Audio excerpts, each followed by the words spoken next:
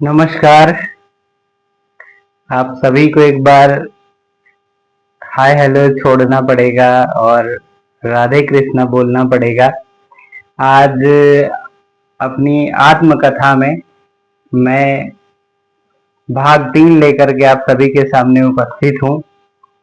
भाग प्रथम और भाग 2 को आप सभी ने जितना प्यार दिया है उसके लिए आप सभी को हृदय से अभिनंदन, आभार और कृतज्ञता प्रकट करता हूँ और आशा है कि आप सभी भाग 3 या आगे भी जो भी मेरा प्रयास है, जितने भी भाग बन पाए उसको आप सभी इतना ही प्यार देंगे। मैं अपनी आत्मकथा बता रहा हूँ आप सभी को। क्यों बता रहा हूँ ये मुझे भी नहीं पता, लेकिन मुझे ये लगता है कि अपनी बातें सबसे कैसे कही जा सकती है, क्या माध्यम हो सकता है, ये मैंने विचार किया। तो वह विचार है कि हम किसी एक को बताएं, या दूसरा साधन है कि मानिए जो लोग हमसे जुड़े हैं वो तो हमारे बारे में जान रहे हैं, जो लोग नए जुड़े हैं वो हमको कैसे जानेंगे।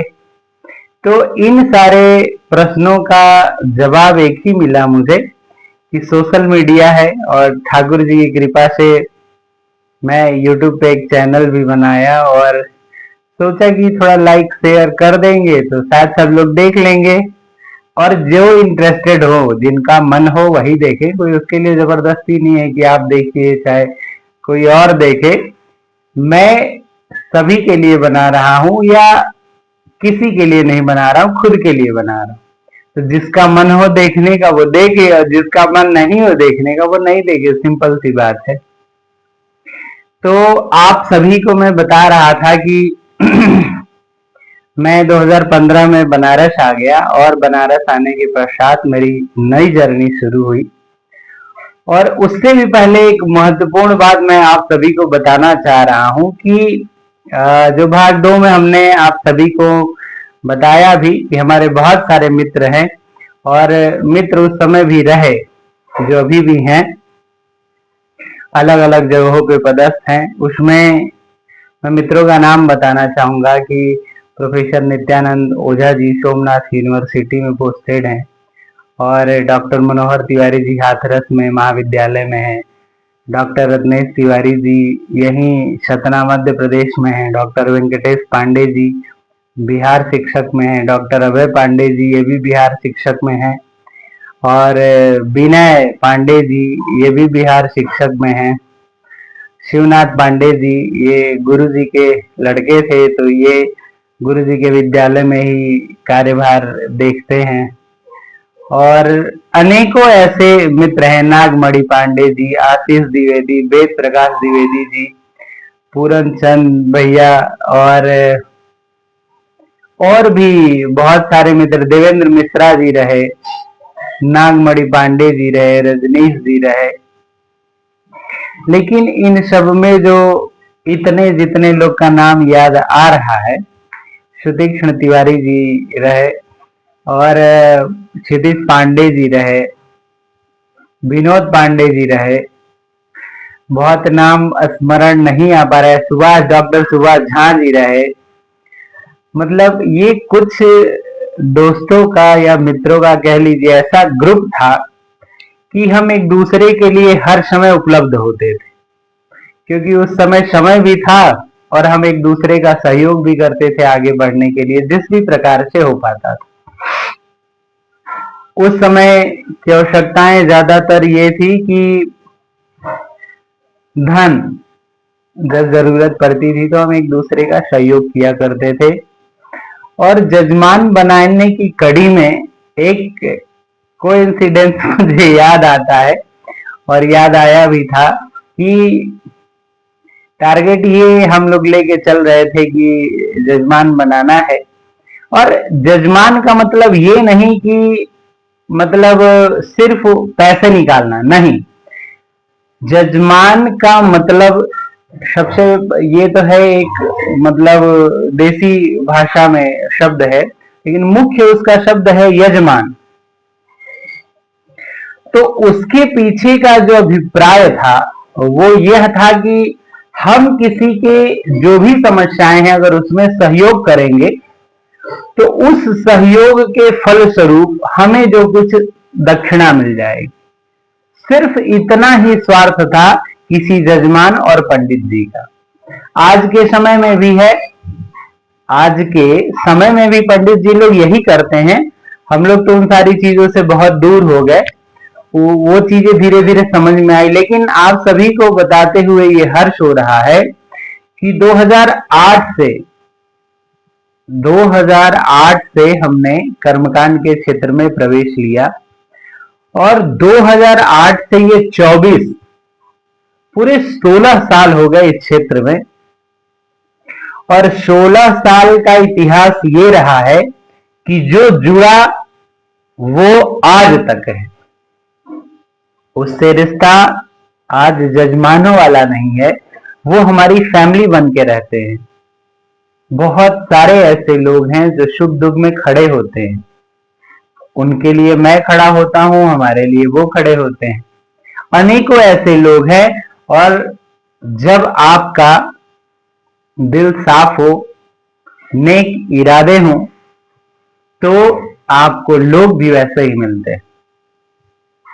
तो मेरे कैरियर के सपोर्ट के लिए भी बहुत से ऐसे जो हमारे शुभचिंतक हैं वो हमसे जुड़े और हमारा सपोर्ट किया, हमारा बहुत मार्गदर्शन भी किए। अब ये भी सोचने वाली बात यह है कि मैं ब्राह्मण हूं और हर यजमान ब्राह्मण तो नहीं हो सकता, तो जो जिस भी कास्ट के रहे, जिस भी वर्ण के रहे, हमने उनको उसी रूप में स्वीकार किया। क्योंकि ज्ञान जो है वह किसी वर्ण विशेष के पास नहीं है, यह अनुभव जो है वो किसी वर्ण विशेष के पास नहीं है। हमने हमारे गुरु जी से ये ज्ञान प्राप्त किया था कि जिससे जो कुछ मिल जाए उसे ग्रहण करना चाहिए। अगर वह ग्रहण करने योग्य है तो उसे सीख लीजिए, नहीं है तो एक कान से सुनिए और दूसरे कान से निकाल दीजिए। तो ऐसा ये बात जो गुरु जी की थी वो अंतःकरण में थी।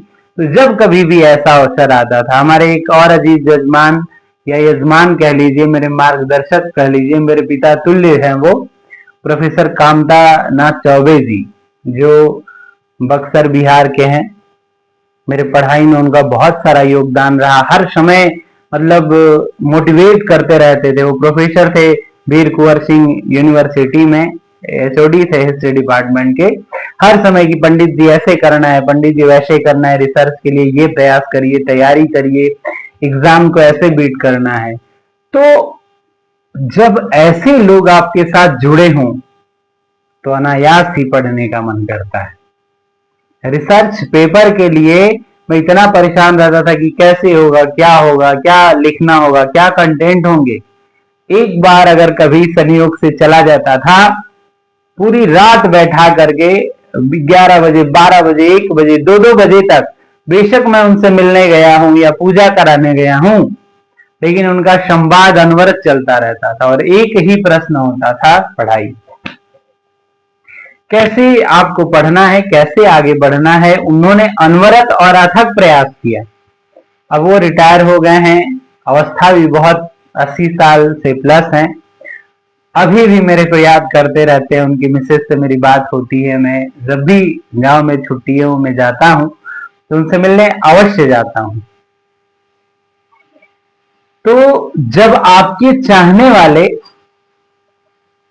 आपके इतने निकट हों तो आपका मन करेगा पढ़ने को। वैसे ही बनारस में एक एन.के. श्रीवास्तव जी हैं, जिनका भी बहुमूल्य योगदान है हमारे संघर्ष रूपी जीवन में। 2009 या 8 या 9 की मुलाकात, और वो कोइंसिडेंस जो मैं बताना चाह रहा था वो यही बताना चाह रहा था आप लोगों से कि हम लोग प्रयास कर रहे थे कि जजमान पटाना है, और ऐसे ही एक मेरे साथ घटना घटी कि मैं उस दिन कैंट रेलवे स्टेशन गया था और संयोग से मैं कोई पूजा, अच्छा नवरात्रि चल रही थी, और नवरात्रि में भी नवमी का दिन था। कोई रेलवे स्टेशन पर गांव से आया था मुझे कुछ सामान लेकर के, जैसे आटा चावल दाल वगैरह, माँ घर से भिजवाई थी। तो फोन आया था कि जा करके ले लेना, तो मैं पूजा करा करके और बाहर जो है रेलवे कैंट स्टेशन पहुंच गया। सारनाथ का टाइम था। मैं जैसे ले करके और सीढ़ियों से चढ़ता हुआ ऊपर आया, और क्रॉस करके जब आप प्लेटफॉर्म नंबर 1 से बाहर आते हैं, वैसे हमको दो लोगों ने पकड़ लिया।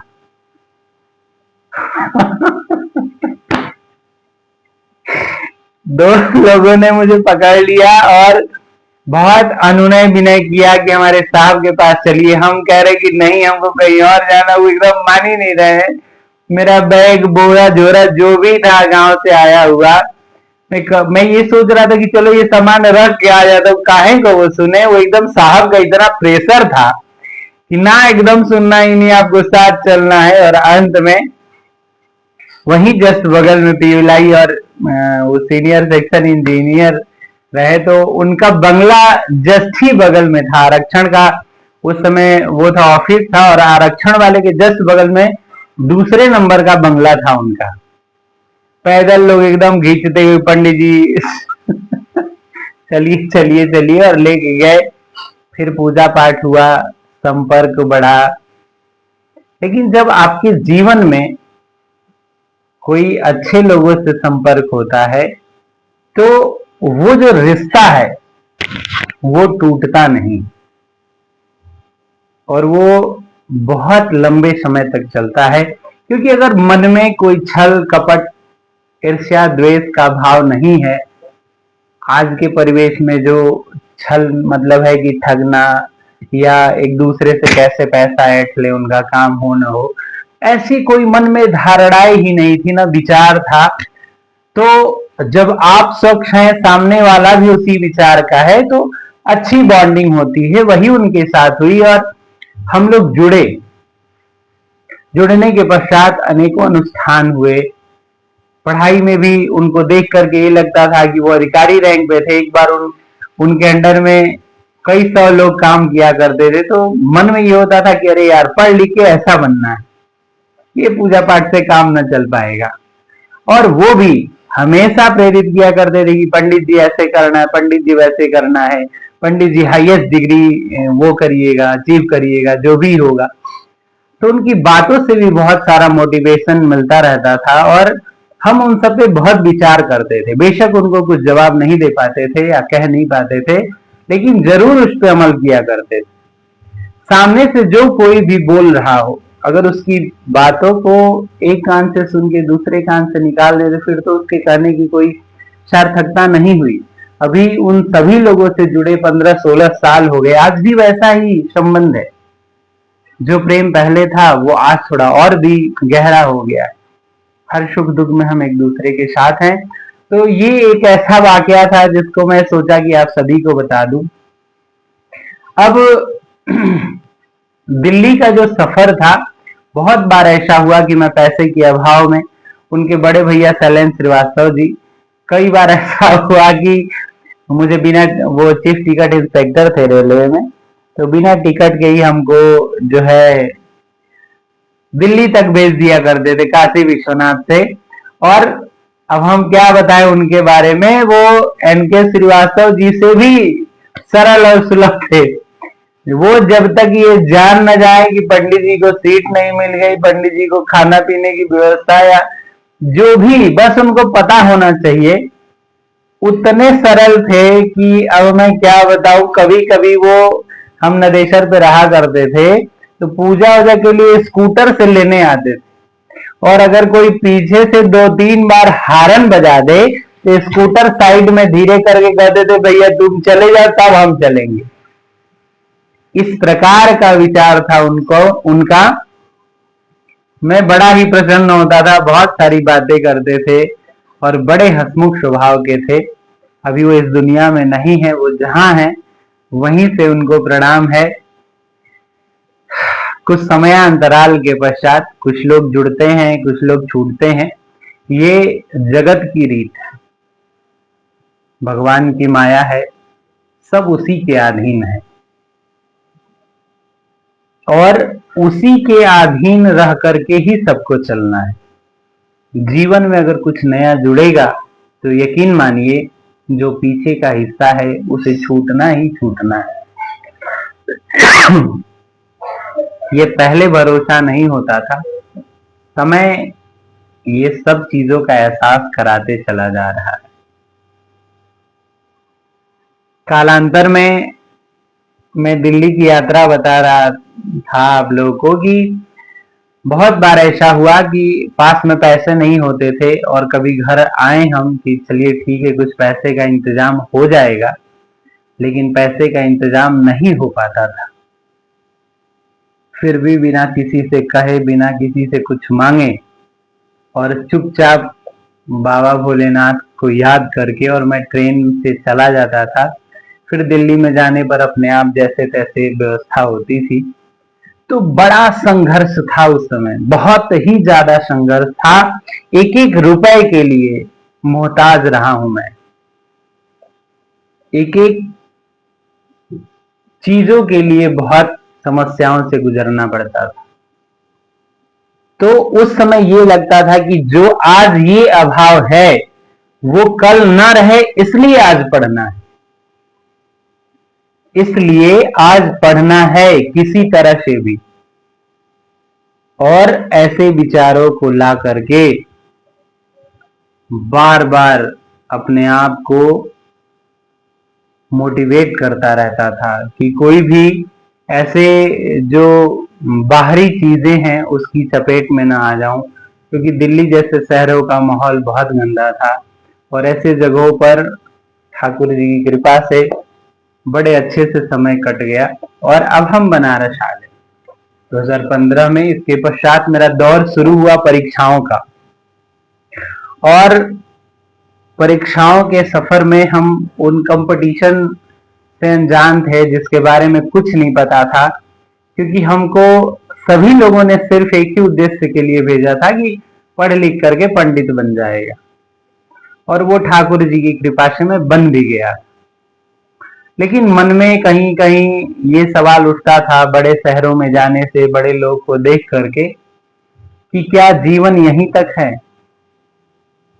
तो इसका जब प्रश्न ढूंढने चला मैं तो बहुतों से मिला, और मिलने के पश्चात यही लगा कि यहाँ रुकना नहीं है, इससे और जो बेहतर हो सकता है उसे करना है, उसके लिए प्रयास जारी रखना है। तो वो प्रयास जारी रहा, निरंतर जारी रहा, और आगे के समय में मैंने नेट दिया 2015 जनवरी, 15 नहीं 15 के दिसंबर, 16 जनवरी, 16 का दिसंबर और 17 जनवरी, 17 का दिसंबर। टोटल 5 बार मैंने दिया और पांचों बार का रिजल्ट था 0। जब कभी मेरिट ये उम्मीद होती थी कि जैसे एक बार का रिजल्ट बना था 50%, 48 रह गए। रिजल्ट बना 52%, 50 रह गए। रिजल्ट बना 53%, 51 रह गए। तो ये लगता था कि क्या ये जो दूरी है कभी समाप्त हो पाएगी क्या। फिर 16 में मैंने बताया कि पूज्य गुरुवर डॉक्टर सुतीक्ष्ण तिवारी जी से मुलाकात हुई और उनसे मैंने जाना, वो स्किल को डेवलप किया कि आखिर पढ़ाई में पढ़ना क्या चाहिए। किताब तो पूरी भरी पड़ी है, लेकिन अगर कोई एग्जाम बीट करना है तो वही बता पाएगा जो उन रास्तों से होकर के गुजरा है। कोई भी रास्ता या कोई भी लक्ष्य कितना कठिन है वो ज्यादा बेहतर बताएगा जो उसको पाया है। तो वो JRF थे, उनका रिसर्च भी चल रहा था, तो मैं उनसे मार्गदर्शन लेता था, और भी उनके जो भी फ्रेंड सर्किल में थे, सदाशिव तिवारी जी या अन्य जो भी, तो मैं उनसे बहुत कुछ सीखता था, मन ही मन विचार करता था, फिर आके घर पे पढ़ाई करता था। पढ़ने लगा, पढ़ने में मन लगता था, और अब तो ये जिद बन गई कि कैसे भी करके नेट निकालना ही है। ये जिद इस प्रकार जो है जो ठाकुर जी ने मेरे सहयोगी के रूप में भेजा, तिवारी जी को, उनको मैं हृदय से बार बार प्रणाम करता हूं। और उनका विचार यही था जो नीति में मिलता है कि पापान निवारयति यो जयते हिताय, गुह्यम निगूहति गुणान प्रकटी करोति, और आपद गतम चन जहाति ददाति काले, शन्मित्र लक्षणमिदम प्रवदन्ति संतः। मेरे मार्गदर्शक तिवारी जी के ऊपर ये एकदम सटीक बैठता है। नीति शतक का यह श्लोक जो मित्रों के लक्षण बताए गए हैं एकदम सटीक बैठता है। ऐसे ही विचारधारा के वो हैं, आज भी मुझे मार्गदर्शन करते रहते हैं, निर्देश दिया करते हैं कि क्या सही है और क्या गलत है। मैं उनकी बातों को सुन के उसे जीवन में उतारने की चेष्टा करता हूं। तो पापन निवारयति यानी जो पाप करने से आपको बचाए, और क्या करे भैया, तो अच्छा काम करने के लिए प्रेरित करे। और क्या करे कि गुह्यम निगुह्यति, अगर आपकी कोई बुरी चीज है तो उसे क्या करे, छिपाता है, किसी दूसरे को नहीं जानने दे। और गुणान प्रकटी करोति, और आपके गुणों को बताते हैं, ठीक है। और आपद गतम न जहाति ददाति काले, कह रहे हैं कि विपत्ति को देख करके कोई कष्ट आ जाए, कोई मुश्किल हो जाए, तो वो वहां से भागता नहीं है। क्या करता है, वह भी मित्र के साथ खड़ा होकर के उन विपत्तियों का सामना करता है या उसे सत्मार्ग बताता है। तो सन्मित्र लक्षणमिदं प्रवदन्ति संतः, ऐसी सच्ची मित्रता के लिए, मित्रता का लक्षण जो भर्तृहरि जी ने बताया है, वो संत लोग भी यही बात कहें। तो इस प्रकार की सच्ची मित्रता थी, और मैंने मानता हूं, और उस समय भी मानता था, आज भी मानता हूं, और उतना ही स्नेह है उनके लिए। क्योंकि अगर किसी विपत्तियों में राजेश सिंह यादव जी के जाने के बाद मैंने अगर किसी को खड़ा पाया तो वो वही थे। हर समय सहयोग करते थे, हर तरह से, आप दिन हो रात हो जिस भी समय याद करिए, और किसी भी चीज के लिए मन परेशान होता था तो बात कर लेते थे, गुरुदेव ये नहीं, ये कैसे होगा। तो इस प्रकार की यात्राएं रही हैं। और 2017 में मेरा बाबा विश्वनाथ जी की कृपा से पीएचडी में रजिस्ट्रेशन हो गया, क्योंकि 16 में परीक्षाएं दिए थे, 17 के स्टार्टिंग में रिजल्ट आया था, फिर मेरिट वगैरह बनी, फिर फाइनलाइज हुआ, फिर शॉर्ट लिस्टेड हुआ, इस तरह की तमाम, फिर डेजर्टेशन हुआ, डीसी हुई, रिसर्च की जो पहले की जितनी भी प्रक्रियाएं थी उसको पूरा करने में टोटल 1 साल का वक्त लगा। और दिसंबर 16 दिसंबर 2017 को मेरा पीएचडी रजिस्टर्ड हो गया, और आज उस दिन से मैं एक शोधार्थी बन गया। बहुत सारी शुभकामनाएं मिली, बहुत लोगों ने बधाई दी, तो ऐसा लगता था कि शायद अब हम कुछ बड़ी चीजों के लिए प्रयास कर रहे हैं। और हमने सच में बड़े के लिए प्रयास करना शुरू कर दिया। आज की यात्रा और बातों को यहीं विराम देते हैं। आगे की जो अपनी आत्मकथा है मैं अगले भाग में सुनाऊंगा। वीडियो बड़ी न हो जाए इसलिए यहीं पे आप सभी को जय श्री राम, राधे राधे, जय श्री कृष्णा, नमस्कार।